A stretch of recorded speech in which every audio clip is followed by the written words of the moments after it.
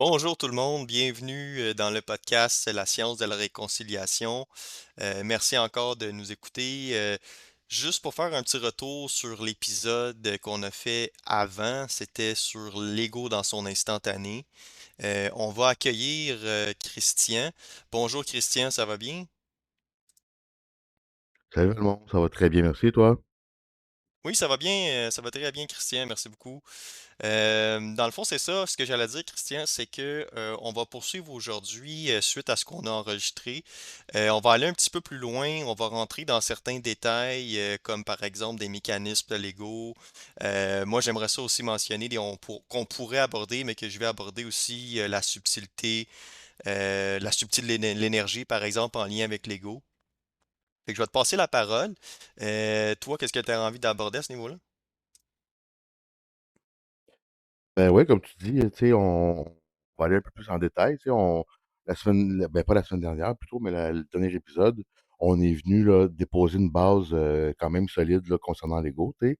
On a expliqué aux gens, là, si ma mémoire est bonne, différents stades d'évolution de l'ego, quelques exemples rapides là, tu sais, de comment l'ego peut empêcher un fonctionnement par conciliation.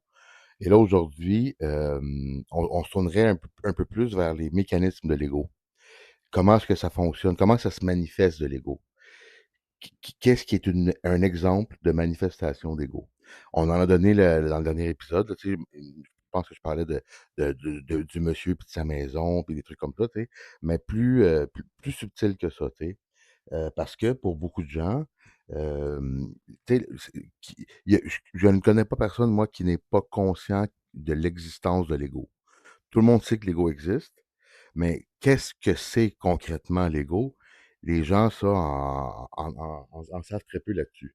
Pour beaucoup, là, l'ego, ça se limite à ben, se penser meilleur que l'autre ou se penser plus fort que l'autre, se penser, tu sais, se prioriser avant de prioriser l'autre. Tu sais, c'est des trucs comme ça.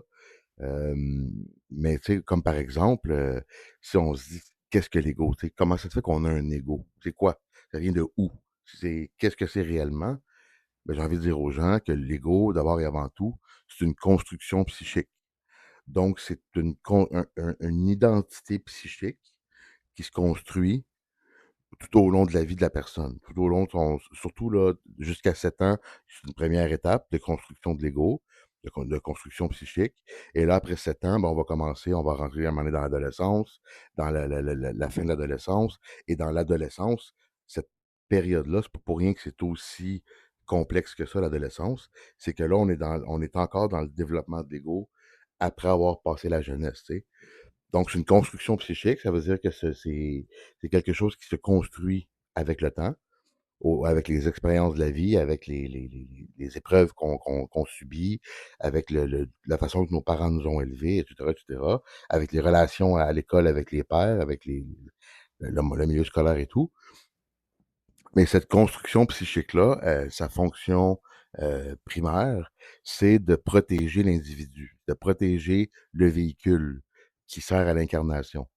Donc, l'ego, tu sais, nous sommes un ego incarné dans lequel est assis une âme. Ben, l'ego, sert à protéger le véhicule pour le parcours de l'âme dans la matière. Parce qu'originalement, lors des premières races racines, il y avait pas d'ego encore de présent. Et ce que ça faisait, entre autres, c'est que l'âme passait son temps à ressortir. Donc, l'âme descendait, après ça, l'âme repartait. L'âme, elle voulait comme pas rester ici, si on veut. Et pour pallier ça, ben, les forces qui nous ont créés ont, ont fait en sorte qu'on se crée un ego, donc une identité matérielle, qui force l'âme à rester dans son incarnation et à faire son trajet au complet, si on veut. Tu sais. Donc, avant de donner le plus de détails, j'aimerais savoir si toi tu voulais ajouter quelque chose là-dessus ou si tu voulais apporter des précisions, quoi que ce soit. Ben, merci pour ce que tu as dit. C'est très intéressant. Puis oui, j'ai deux petits points que j'aimerais ajouter avant d'aller plus loin. Tu as dit des choses vraiment intéressantes comme quand tu as parlé que c'est l'ego qui est incarné et non l'âme. Tu sais, je vais le dire dans mes mots à moi, là, les gens normaux ou les gens spirituels vont souvent parler d'âme qui s'incarne. Fait que tu sais, ça, déjà là, moi je trouve que c'est une grande forme qu'on vient de mettre au plancher, autrement dit. On vient de la déposer au sol au lieu de rester dans cette croyance-là, si on peut dire ça, là. Fait que ça, c'est quelque chose qu'on pourrait approfondir. Puis l'autre chose que j'ai envie de partager, c'est que tu as parlé que l'ego se développe, cette construction-là psychique, justement, elle n'est pas immobile. Il y a un mouvement d'énergie. C'est pas sur place. Moi, ce que j'ai envie de parler là, à ce niveau-là, c'est que justement, il y a une certaine cyclicité. Puis qu'est-ce que je veux dire par ça? C'est que je veux dire que il y a un lien qu'on peut faire avec le cycle de l'ego dans le cycle de la vie universelle. Parce qu'il y a un cycle de la vie, puis ce cycle-là de la vie réel, pas celui-là qui est dans une dualité ou qui est dans une... comment je peux dire ça? Euh, qui est dans celui-là qu'on peut penser ou etc. Ce cycle de vie-là, c'est un cycle de vie qui est réel, tu sais, c'est un cycle de vie qui est au-delà de l'expérience planétaire, on pourrait dire ça comme ça. Puis c'est un cycle qui est universel. Puis pour avoir un lien, si je peux dire, une connexion, une canalisation, une syntonisation entre les deux, donc une synergie, ben ça prend un ego, je vais dire, un petit peu plus mature, je vais dire comme ça, pour avoir un lien, une connexion énergétique entre les deux, tu sais. Fait que je vais te repasser la parole, moi c'est ce que je voulais dire. Il y a un sujet, moi aussi, que j'aimerais aborder pendant cet épisode-ci, c'est approfondir un peu plus. Oui, on va parler des mécanismes, mais les subtilités, justement, dans l'énergie, dans les mécanismes, les subtilités en lien avec l'ego, puis les mécanismes, puis comment que l'ego peut sortir justement d'une façon psychologique de fonctionner, d'une façon carrée, d'une façon trop structurée. Justement, il faut mettre à terre, en tout cas à mon point de vue, il faut mettre à terre les structures pour fonctionner vibratoirement. Puis justement, arrêter de vivre enfermé dans des structures, tu sais. Puis d'amener les liens subtils, d'amener les mouvements de l'énergie subtile en lien avec l'ego toujours, pour être capable de discerner ça, puis de réaliser ça, tu sais. Fait que je vais m'arrêter là. Je te repasse la parole, Cricri. Alright. Ben, je sais pas si ce que je vais apporter correspond à ce que tu viens de mentionner, mais avant d'amener ça, je voulais juste peut-être ajouter un autre élément qui est quand même majeur. C'est subtil, mais c'est majeur. L'ego, euh, c'est au début, là, comme je viens de dire, c'est une construction psychique, ça sert à protéger le véhicule, donc à mener le véhicule à bon port, on va le dire comme ça. Mais à un moment donné, on peut se rendre compte que cet ego-là, puisqu'il est planétaire, puisqu'il est limité dans sa vision, dans son intelligence, dans sa conception des choses, il ne peut pas réellement mener le véhicule à bon port. Il va l'amener au cimetière, tôt ou tard. Tu sais. Ça va finir par se rendre au cimetière de toute façon. Et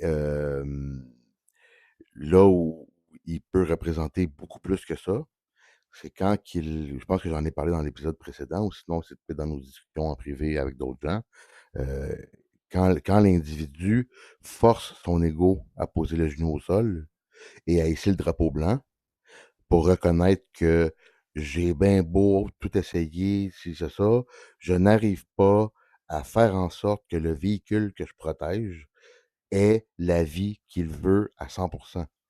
Je n'arrive pas à lui donner une vie créative, je n'arrive pas à lui donner une vie libre, je n'arrive qu'à lui donner une vie influencée par une illusion du libre arbitre.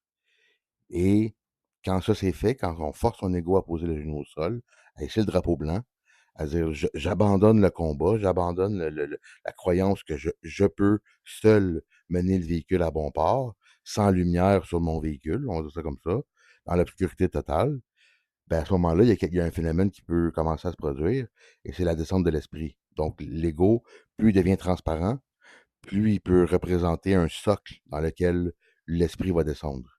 Ce qui est le but ultime là, du processus incarnationnel, c'est de permettre à l'esprit de descendre dans la matière via l'ego. Donc, plus l'ego est opaque, moins l'esprit peut rentrer dedans, peut venir descendre dedans. Et plus l'ego est transparent, plus il peut être remplacé tranquillement, pas vite, avec le processus qui est propre à chacun. Là. Ben, l'esprit va venir descendre dans la matière jusqu'à la fusion. À ce moment-là, quand il y a fusion, ben, il y a transmutation de l'ego. L'ego n'est plus perceptible, sauf par les gens qui fonctionnent encore par ego. Eux vont encore percevoir ça comme étant de l'ego, mais c'est plutôt une manifestation de l'esprit. Et comme j'aime dire aux gens, l'ego, c'est une très, très, très, très, très, très, très, très, très pâle et un peu grotesque copie de ce qu'est l'esprit.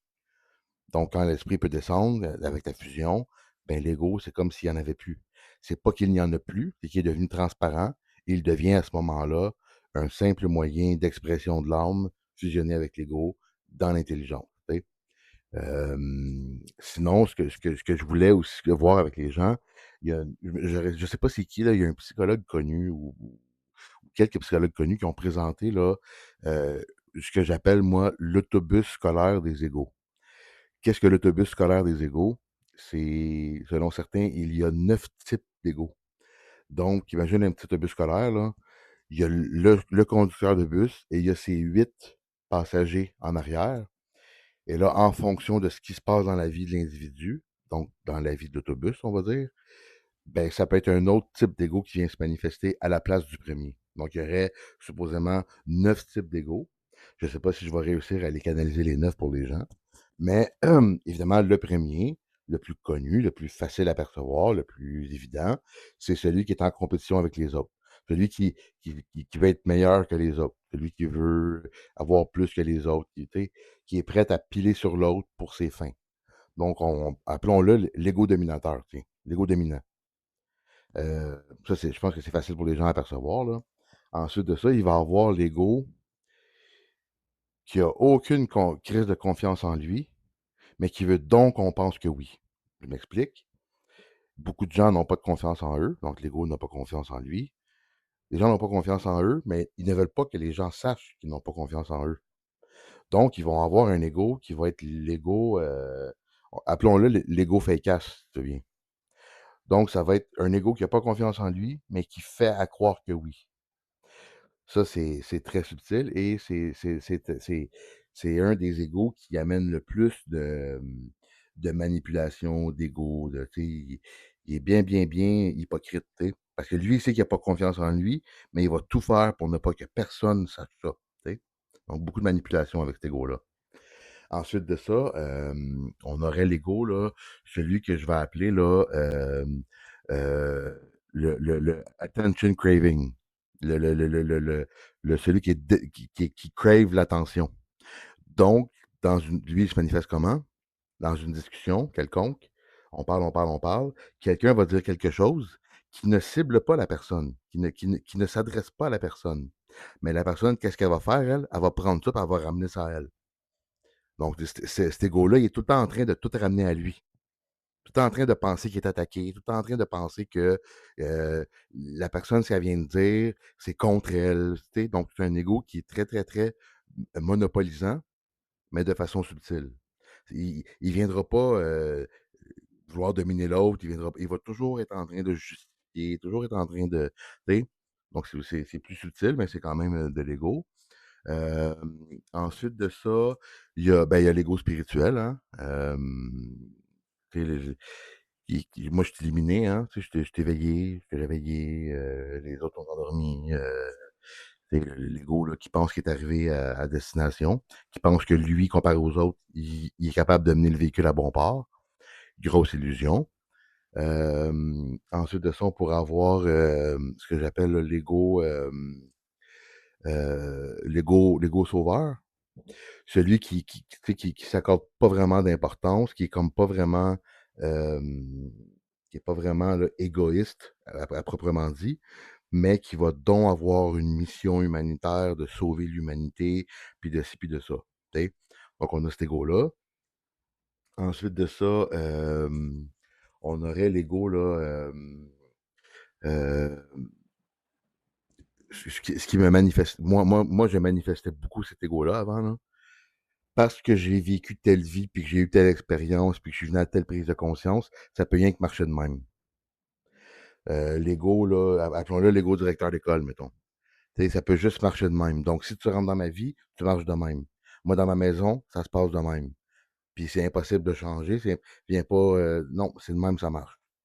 Cet ego-là est très, très, très limitant, hein, comme je l'ai présenté. Ça vient mettre une boîte autour de l'ego comme c'est le même que ça peut fonctionner. Il n'y a rien d'autre. Donc, il n'y a plus de possibilité de développement, de conscientisation, parce qu'on pense qu'on sait tout, on pense qu'on l'a nous autres, fait que ça bloque la conscientisation. Euh, Ensuite de ça, appelons-le là, l'ego qui va avoir raison, l'ego qui pense avoir raison. Euh, Ego là, qui évidemment correspond à ce qu'on peut appeler les comportements complotistes. Non pas non pas le complotiste qui va faire ses recherches et qui va arriver à certaines conclusions puis qui va vivre avec ça puis c'est tout, mais celui qui va venir imposer ce qu'il a trouvé aux autres, répéter ce qu'il a trouvé aux autres sans cesse et sans cesse et sans cesse et sans cesse. C'est d'ailleurs cet ego-là qui va un jour devoir conscientiser que c'est lui qui a causé le plus de dommages au vaccin et non pas les vaccins comme tels. Cet ego-là est souvent bien intentionné. Hein, quand on dit à notre famille là, qu'ils ont eu du poison, puis que c'est puis que ça, on est bien intentionné. On a peur qu'ils meurent, on a peur que, mais on ne se rend pas compte de la violence qu'on fait à autrui. Et là, pour en donner un exemple, je ne sais pas si je n'ai parlé dans notre podcast à nous, mais je sais qu'entre nous deux, on en a déjà parlé. Quand la mère de mon fils s'est fait vacciner, à un moment donné, j'ai vu quelque chose sur son corps. Et moi, c'est à ce moment-là que j'ai commencé à faire des recherches et à creuser et tout. Et quand je parlais de ce que je trouvais à ma conjointe, quand je lui parlais de marqueurs de sang pour les caillots de sang et tout, je lui montrais pas là, de vidéos avec des bébés à trois têtes d'un vaccin. Puis, tu sais, je- j'avais comme une forme de conscience de la protéger de ce que je voyais. Je n'étais pas encore rendu à me dire que ça faisait aucun crise de sens des bébés à trois têtes d'un vaccin, puis que j'étais peut-être un petit peu rendu à croire un peu n'importe quoi. Mais je lui ramenais sans cesse ces sujets-là. Je lui reparlais sans cesse de la marque sur son corps. Et avec le temps, j'étais en train de la rendre malade, littéralement, elle et sa fille. Et un jour, ils m'ont comme crié en stéréo, là, tu nous crises patience avec tes affaires, tu nous rends malade. J'ai dit, parfait, les filles, vous me le demandé, c'est la première fois, je vous en parle plus. Ben, les deux, leur état s'est presque instantanément amélioré. Dans les jours suivants, la mère de mon fils, sa marque dégueulasse avait disparu. Sa fille avait recommencé à avoir au moins assez de souffle pour monter les 6 escaliers pour monter pour rentrer dans la maison, qu'elle était plus capable de faire dans quelques semaines avant. Donc, j'étais littéralement, malgré ma bonne volonté, malgré mes bonnes intentions, malgré tout mon amour, j'étais en train de les tuer, les deux, littéralement. Et quand je leur ai foutu patience, ben, ça leur a permis de mieux aller. Et là, moi, c'est ça, c'est ce phénomène-là qui a commencé à me faire revoir ma vision des choses. Tu sais, ça m'a dit télépathiquement, là, tu sais, là, tu viens de comprendre c'est quoi le messager de l'ARN. Tu sais. Fait que là, c'est ça l'a comme, ça l'a engendré une mise aux poubelles de mes croyances complotistes pour me tourner vers autre chose. Tu sais. Donc, on a cet ego-là, là, l'ego qui veut donc bien le bien, puis qui pense donc savoir, puis qui va tout le temps rentrer ça dans le crâne de l'autre, marteler ça à l'autre, puis harceler l'autre, puis ne pas arrêter avec ça. Ensuite de ça, on va avoir euh, l'ego qui veut pas jamais avoir rien fait de mal. Hein? Donc, cet ego-là, lui, il est jamais coupable de rien. Mais pas il est jamais coupable de rien, puis il fait du mal aux gens en cachette. Là. Pas un ego comme ça. Un ego qui veut tellement pas euh, s'auto-voir comme étant un échec ou un incapable ou ne voudra jamais avoir commis aucune faute. Même pas celle de, je sais pas moi, avoir mis du sel au lieu du sucre dans son café. Non, non, non, c'est pas mon erreur, c'est pas moi qui ai fait ça. Je sais pas c'est qui, là. Ça doit être, tu sais, au seul nom de ne pas vouloir être coupable de rien. Tu sais. Là, je sais pas ça fait combien de types d'ego que j'ai nommés, mais je pense que ça donne quand même un bel éventail aux gens pour voir à quel point ça peut être utile.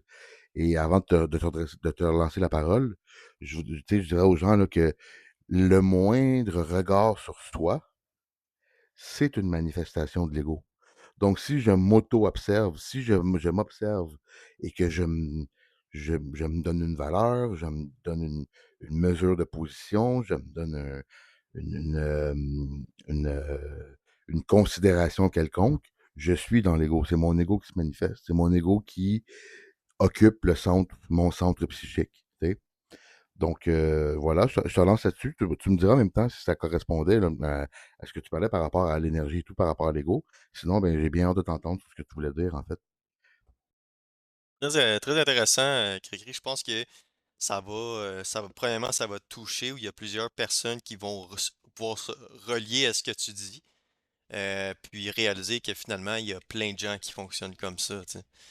Euh, Moi, une chose que je voulais faire remarquer là, par rapport à tout ce que tu as dit, c'est que non seulement, tantôt on parlait de mécanismes, puis je vais aller en chercher une coupe, mais si vous avez bien écouté Christian parler, là, vous avez sûrement remarqué que tout ce qu'il a nommé, là, tous les différents qu'il a nommés, que ce soit le directeur d'école, peu importe, ben, l'ego se construit des mécanismes.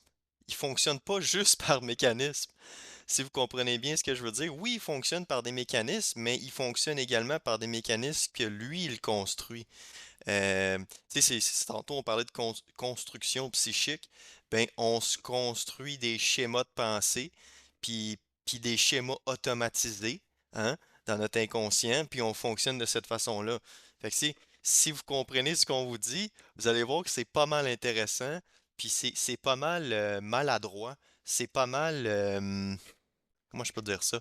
C'est pas très très habile, là. C'est vraiment, il n'y a pas un très très gros mouvement d'énergie, là. C'est vraiment des constructions vibratoires, là. En tout cas, pas intéressantes pour l'individu s'il veut poursuivre dans le cycle de sa vie, tu sais, pour faire un lien avec tantôt. L'ego est dans un cycle de la vie, puis si on veut poursuivre la multidimensionnalité de l'énergie, ben il faut pas tout le temps rester dans des constructions psychologiques de l'ego, sinon on est très très limité par la portée de notre énergie, par la fréquence de notre énergie, puis ce dont on a accès ultimement. Tu sais.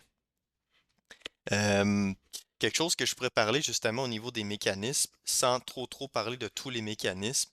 euh, ben si on va prendre un mécanisme justement que l'ego construit. Tantôt tu parlais exemple de, moi je vais prendre un exemple de quelqu'un qui est timide, par exemple.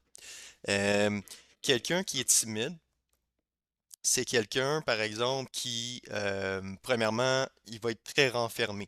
Tu sais. Il va se renfermer sur lui, puis il va probablement accumuler beaucoup de choses sur lui. C'est quelqu'un qui va avoir de la difficulté à s'exprimer.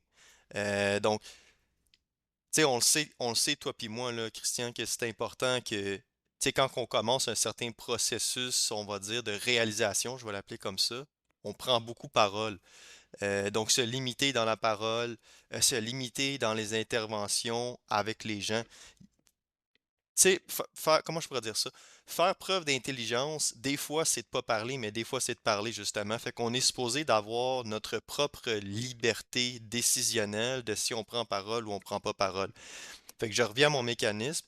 Si on revient au mécanisme de la personne qui est timide, donc la personne qui s'est construit une timidité, parce que la timidité, ça n'existe pas, donc, la personne se construit un mécanisme psychologique, pensif, structuré par rapport à ce qu'elle est timide. Donc, ce soit dans l'expérience ou ce soit dans le passé ou ce soit dans une vie précédente, peu importe d'où ça vient, là, ça vient de quelque part, mais c'est pas réel d'où ça vient.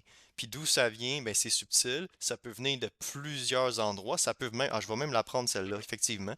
Ça peut même venir de ce qu'on a appelé l'astral, qui vous font croire quelque chose, que vous êtes timide, tu sais. Mais l'individu ne s'est jamais réellement posé la question au plus profond de la question, est-ce que c'est moi qui est réellement timide ou est-ce qu'on essaie de me faire croire que c'est moi qui est timide? Je reviens encore au mécanisme.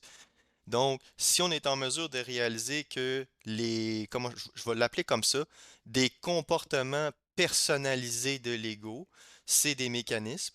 Donc, l'ego doit être en mesure de se détacher de ces mécanismes-là, de fonctionner comme on l'a déjà dit un peu auparavant, dans l'instantané. L'instantané, c'est pas un mécanisme, c'est dans la fréquence de votre instantané, c'est-à-dire le niveau vibratoire que vous avez maintenant, c'est votre mouvement énergétique. Donc, votre mouvement énergétique, c'est ça qui va vous donner accès à ce dont vous pouvez être dans votre instantané. Puis là, pourquoi je vous parle de ça? Ben parce que les mécanismes, justement, vous limitent de faire ça. Avoir un œil lucide, je vais le dire comme ça, avoir un œil lucide sur ces mécanismes-là, comme on parlait tout à l'heure de timidité, ben ça va vous permettre de le réaliser, ça va vous permettre de peut-être, tantôt Cricri disait, mettre le genou à terre. Mais vous allez peut-être dire, hey, moi là, je suis tanné, d'être timide. J'en ai mon casse. C'est assez, là, tu sais. Fait que si c'est assez, ben là, vous allez pas juste dire que vous êtes tanné de vivre telle chose, que ça va changer, puis ça change pas, parce qu'on sait très bien que l'humain se limite beaucoup. L'humain, moi je le dis souvent, l'humain qui reste planétaire, c'est un humain qui est faible, c'est un humain qui est extrêmement manipulé, puis qui se laisse conduire par ces mécanismes construits par l'ego qui est naïf, puis qui est non intégral, qui est fragmenté. Puis c'est pour ça qu'il faut les mettre dehors, ces affaires-là, tu sais. Puis avant de les mettre dehors, Cricri il en a nommé beaucoup. Pourquoi on les a nommés? Pour que vous puissiez les identifier, pour que vous puissiez prendre une distance là-dessus, au moins les observer ou les réaliser, puis après ça, une fois que vous avez observé ça, vous avez réalisé ça, vous êtes en mesure de vous distancer et vous êtes en mesure probablement de passer à la prochaine marche. Moi, en tout cas, je vous le souhaite. Là, on pourra en nommer plein d'autres. Je vais peut-être juste en nommer un autre avant de passer la parole à Christian.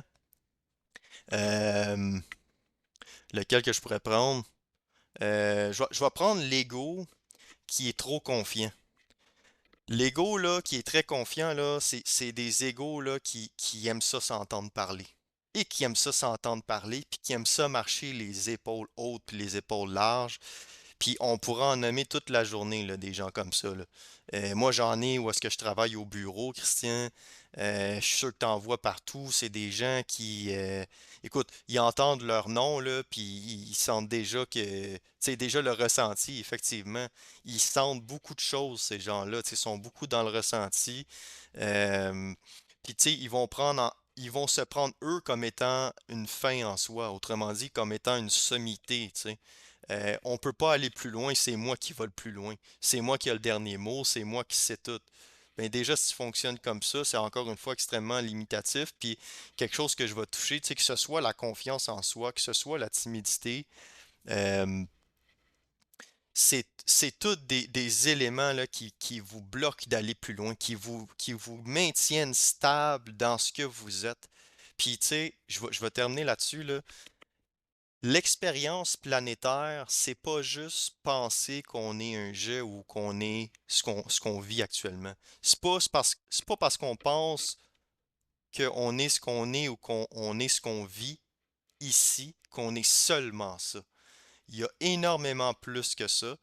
Et pour avoir accès au moins à un peu plus que ça, c'est de sortir de ce que le collectif vous dise, puis qu'est-ce que vos petits égos vous disent. Parce que vos égos, ben, c'est des constructions psychiques. Puis c'est pas une construction bâtie par l'ego qui ont quelque chose à vous dire de réel, puis il y a quelque chose à vous dire de vibratoire. Autrement, puis là, je vais finir là-dessus pour vrai. Si vous voulez commencer à aller un petit peu plus loin, si vous êtes capable déjà de moins fonctionner par des mécanismes ou de mécaniser votre journée, ben ça va déjà changer beaucoup.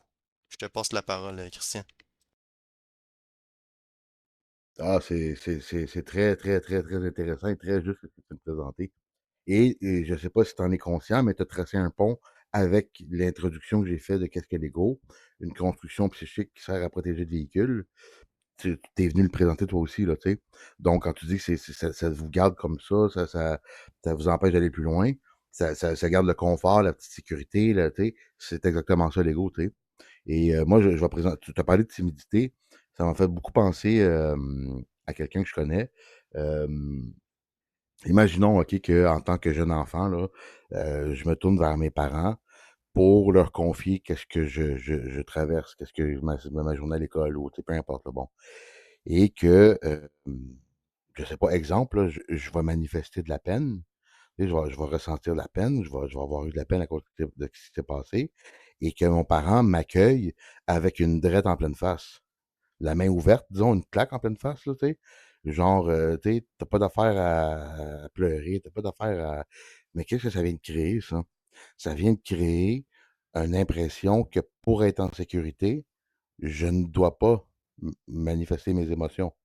Parce que sinon, je vais manger une drette. Tu sais. Donc, ça va faire quelqu'un qui ne partagera jamais ses émotions, qui ne communiquera jamais comment il se sent. Tu sais. Là, c'est un exemple comme ça qui m'est venu en tête pendant que tu parlais. Est-ce qu'on pourrait appeler ça de la timidité? Oui, mais est-ce qu'il y a autre chose qui est en dessous de ça? Une peur, un trauma qui vient, ben, qui va servir à des entités à passer au travers, à s'exprimer au travers de l'ego. Mais, tu sais, c'est c'est très, très, très, très, très prenant dans la vie de quelqu'un. Comment s'est déroulé les premières manifestations d'authenticité. Si ça se déroule bien, la personne peut demeurer authentique. Si ça se passe mal, la personne va chercher pas volontairement à ne plus être authentique, mais pour protéger le véhicule, va développer de l'hypocrisie, du mensonge, de la manipulation de la vérité, pour ne pas que le véhicule soit en danger, tu sais. Ça m'a fait penser à ça, je voulais le partager aux gens. On pourrait, tu sais, j'ai créé quelques formes là, en décrivant les différents types d'ego qui peuvent prendre le volant du véhicule. Euh, mais tu as effectivement raison qu'il y a beaucoup plus que l'ego. Et quand on apprend à identifier les manifestations d'ego en soi, donc quand on apprend à observer nos pensées et ce qu'elles nous font faire ou ce qu'elles nous font dire, euh, on peut commencer tranquillement à taire ça ou à mettre ça de côté pour voir s'il n'y aurait pas autre chose. Tu sais, mettons dans la vie, il y a un événement qui se produit.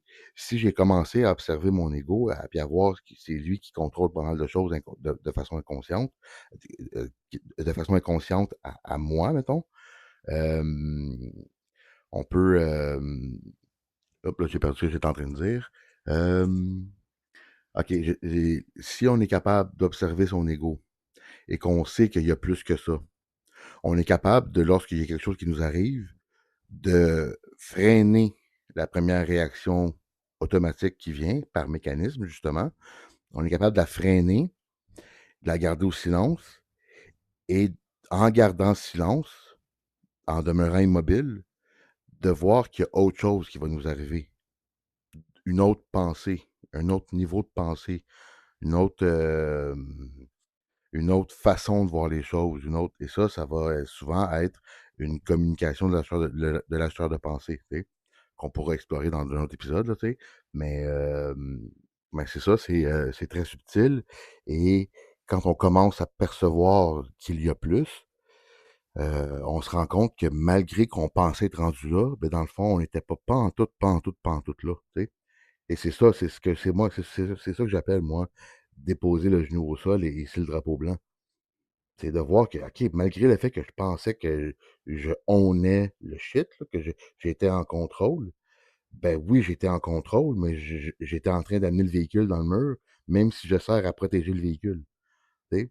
Fait que c'est là qu'on commence à goûter autre chose. On commence à goûter d'autres vibrations.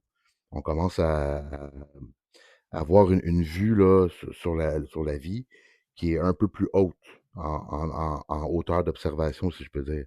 Et là, je parle de quoi? Je parle imaginez-vous un aigle là, qui est dans le ciel en haut, là, qui est au-dessus d'une plaine. Là, tu sais. L'aigle, admettons qu'il est, je sais pas moi, 50 pieds, 100 pieds dans les airs, et qui regarde sa plaine, il va tout avoir la vue d'ensemble sur la plaine. Tu sais. Mais, ça c'est ce que j'appelle l'attention. Mais l'aigle est aussi capable de concentration. C'est quoi la concentration? C'est de venir focusser sur la souris à 1 kilomètre de distance et de la voir comme s'il n'y avait rien d'autre qu'elle. Ça, c'est la concentration. Donc, il faut être en mesure dans notre vie d'être attentif et concentré. Faut pouvoir jouer, bouger, circuler entre un et l'autre. Donc, être attentif, avoir la vue d'ensemble sur la plaine, et être capable de voir la souris pour être capable d'aller la capturer. Puis, tu sais, là, je parle en image, je parle en forme. Mais je pense que ça permet aux gens de voir un peu là, qu'il y a possibilité d'atteindre un autre niveau, et d'avoir accès à plus plus d'informations. Tu sais, parce que l'aigle du haut des airs, il a accès à toute l'information en observant sa plaine. Tandis que quand il fait juste regarder sa souris, ben là, il n'y a que la souris qui est importante. Et les gens, malheureusement, ils fonctionnent souvent seulement avec la concentration dans leur vie. Il y a souvent pas d'attention. Il y a seulement que de la concentration. De la centration sur la forme, tu sais, concentration. Donc voilà, tu sais, moi, c'est pas mal ça que j'avais à dire sur le sujet pour aujourd'hui. Possiblement que dans les prochains épisodes, on pourra prendre là, ce qu'on a dit aujourd'hui et ce qu'on a dit dans le dernier épisode pour l'amener avec un fil conducteur vers ce qu'on partagera aux gens. Euh, Comme je dis à certaines personnes à qui je partage notre podcast, on en est au tout début. Là, on vous livre un deuxième épisode après l'introduction, donc un troisième épisode si vous voulez. Euh, tu sais, donnez-nous le temps de vous présenter certaines choses et vous allez voir, on va vous tracer un fil conducteur vers la réconciliation, là. C'est ça l'objectif du podcast, c'est de vous amener à être de nouveau capable de fonctionner par conciliation. Donc, d'éliminer ce qui vous empêche de fonctionner par conciliation. Principalement l'ego, comme on l'a dit, mais il y a d'autres utilités aussi, là. Donc, voilà, mon cher. Moi, de mon côté, c'est pas mal ce qui closait là, ce que j'avais à dire. Je te lance la parole pour la clôture de l'épisode. Ben, super intéressant. Puis tu vois, moi, j'avais peut-être deux choses à partager. Ça m'a ça m'a mené à dire ça quand que tu parlais de mécanisme. Euh, Moi, j'aurais envie de partager aux gens que l'ego planétaire là, qui fonctionne par mécanisme, là, souvent il va fonctionner par plusieurs mécanismes en même temps. Tu sais. Puis moi, là, la façon que je le vibre, c'est que euh, plus l'ego il est naïf, plus l'ego il fonctionne, on va dire, par le mémoriel. Je vais le dire comme ça parce que c'est ce qui me vient. Donc, plus il est mémoriel, plus il est naïf, plus il va mixer ensemble différents mécanismes qui vont le maintenir, je vais le dire comme ça, invisible ou aveugle de ce que c'est la vie. Puis l'autre, peut-être que ça va plus parler aux gens, je vais le dire d'une autre façon. Autrement dit, cet ego-là, il vit la vie sans la vivre, tu sais. Donc, il y a une illusion de vivre la vie, mais sans réellement la vivre. Donc, finalement, c'est un mort vivant. Et ça, j'avais entendu quelqu'un le dire avant moi. L'ego incarné ici, il est mort tant qu'il n'est pas fusionné à lui dans tout ce qu'il est, tu sais. Mais ça, on pourra aller plus loin. Là, je veux pas aller trop loin avec ça, là. Mais juste pour dire que finalement, tant qu'on s'occupe pas, tant qu'on n'est pas complet de nous-mêmes, on n'est pas totalement vivant. Je fais un petit clin d'œil aux gens avec ça. Puis, tu sais, à un moment donné, là, il faut la mettre dehors, cette naïveté-là. Il faut arrêter de se cacher en arrière, là. Tu sais, si vous aimez ça, vous cacher en arrière, c'est pour ceux que le chapeau fait, là. À un moment donné, il faut arrêter de jouer au naïf puis de se croire naïf. Il faut mettre ça dehors. Tu sais, il faut arrêter de niaiser avec ça, là.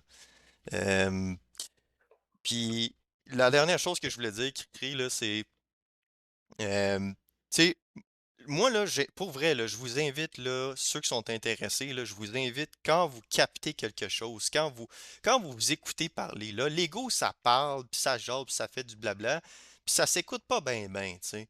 Puis si, là, si vous vous enregistreriez, les gens, là, vous enregistrez, là, puis vous écoutez parler, vous remarqueriez énormément de choses que vous dites, que vous dites, c'est pas moi, c'est pas, voyons, j'aurais pas dit ça. Mais comment ça se fait que vous dites des choses puis que vous pensez que ça vient pas de vous autres? C'est pas normal, ça. Fait que, tu sais, au final, là, c'est. Moi, je vous dirais, là, si vous êtes capable d'occuper plus de lucidité dans ce que vous faites, là, d'être plus transparent dans ce que vous faites. Tu sais, voyez-vous faire sans des maudits fils puis des maudits niaisages, là, tu sais. Puis là, moi, qu'est-ce que je veux dire par ça? Ben, je veux dire que si vous vivez quelque chose, puis je vais reprendre ma timidité encore parce que c'est l'exemple que j'ai donné tantôt. Si vous vous sentez timide, là, vous arrivez devant votre patron, là, vous dites comment ça, je me sens timide, tu sais? Déjà là, vous savez qu'il y a quelque chose qui n'est pas normal. Ouais, mais Valmont, c'est de l'émotion. De l'émotion, là, c'est pas réel. Fait qu'on en reparlera une autre fois, là. Mais déjà de la timidité, si vous êtes capable de le capter, ben, à ce moment-là, posez-vous donc la question, pourquoi je manifeste? Pourquoi j'énergise de la timidité actuellement. Puis là, peut-être que vous allez pouvoir voir une provenance, voir quelque chose qui vous descend de la timidité d'en face. Ben, peu importe le quelque chose, là, moi je précise rien. Écoutez, l'énergie, c'est subtil puis c'est multidimensionnel. Ça peut venir de plusieurs endroits.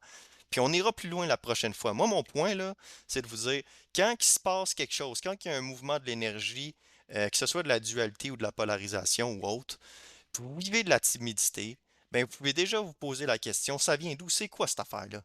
Je te passe la parole, Christian, pour terminer l'émission. C'est intéressant ce que tu amenais, puis j'ai eu le mot déni qui est venu en tête là, quand tu présentais certaines choses. Le déni, c'est un des principaux mécanismes de l'ego. L'ego va beaucoup, beaucoup, beaucoup, beaucoup se fermer à ce qui provient de l'extérieur qui fait pas son bonheur.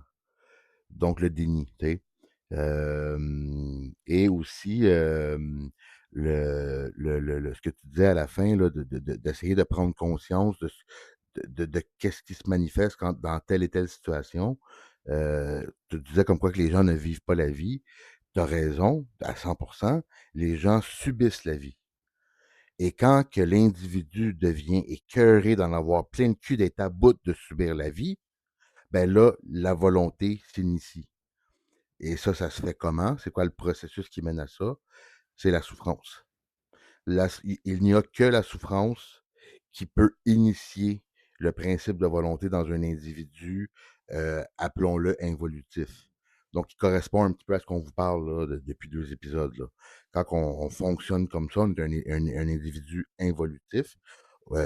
Selon les écrits saints, on serait Adam qui aurait été expulsé du jardin, mais c'est ça l'involution. C'est l'expulsion d'Adam du jardin. Là, ok, ça me dit de le dire. Pourquoi? Non pas parce qu'il ne fallait pas manger le fruit de l'arbre pour ne pas devenir égaux à ce qu'on va appeler Dieu pour le besoin de la cause. C'est pas pour ça qu'il ne voulait pas qu'on mange le fruit de l'arbre, Dieu. C'est parce qu'on n'avait pas besoin de le manger pour savoir le bien et le mal. Mais qu'est-ce qu'Adam a fait? Adam, il a écouté le serpent. Donc voilà, je pense que je vais clore là-dessus pour aujourd'hui. Euh, lorsque l'individu prend conscience de l'illusion de son ego, malgré de la réalité que ça semble lui présenter, donc quand il prend conscience de l'illusion de son ego, il se rend compte qu'il y a quelque chose en lui qui lui permet de savoir le bien et le mal, et on a été construit comme ça. Et c'est pour ça qu'il fallait pas manger le fruit, non pas pour obéir, mais pour être conscient de comment on était construit, en quelque sorte. Donc, j'espère que l'épisode vous a plu. J'espère que ça vous a permis d'avoir d'autres précisions sur qu'est-ce que l'ego, comment ça fonctionne et tout le tralala. Je vous dis à très bientôt. Valmont, je te relance la parole pour un mot de la fin. Je te remercie beaucoup pour l'épisode. C'était très intéressant de t'entendre sur l'ego et tout.